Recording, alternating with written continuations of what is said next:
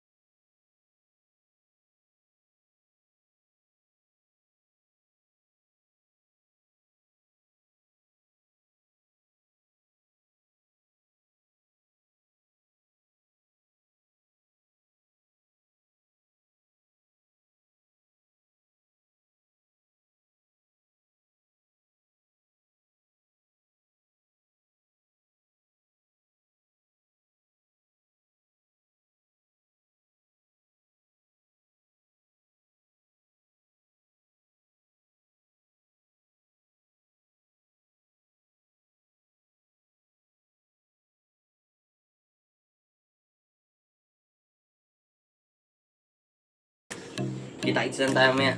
Guys, dito na kami sa ang Uno Rizal. Yung mga ibon namin. Hindi namin na videoan sa biyahe. Hawak-hawak kasi itong dalawa eh. Dalawang box na to. 13 lahat na ibon to.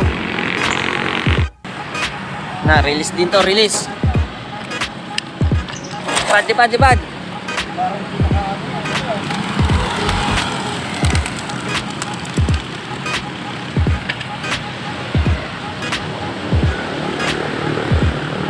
Labo-labo na kayo. Ewan ko kung makakauwi kayong 8.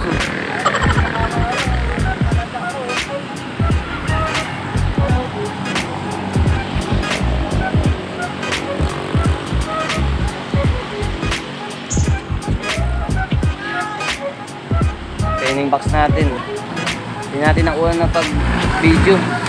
Hawak-hawak kasi itong dalawa eh.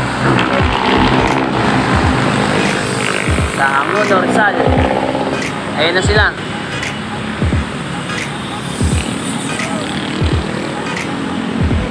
Paikot-ikot. Oh.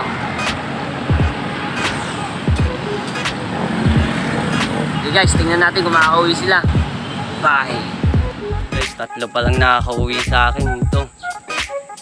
Kapatid ni Milky. Tapos yung ibon ni Marce. Tapos si Bonak nandun oh. Ayun si Bonak. Kulang pa tayong 5. Namasyal pa, maaga pa kasi.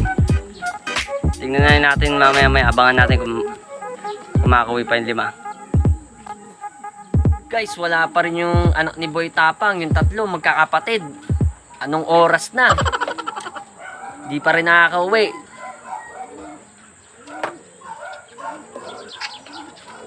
Saan kaya napadpad yun sila? Kaya dito na nagtatapos ang ating video. Kung bago ka lang sa akin channel, huwag mo kalimutang mag-like, share, and subscribe. At pindutin mo na rin ang notification bell para lagi kang update sa ating mga video. Bye!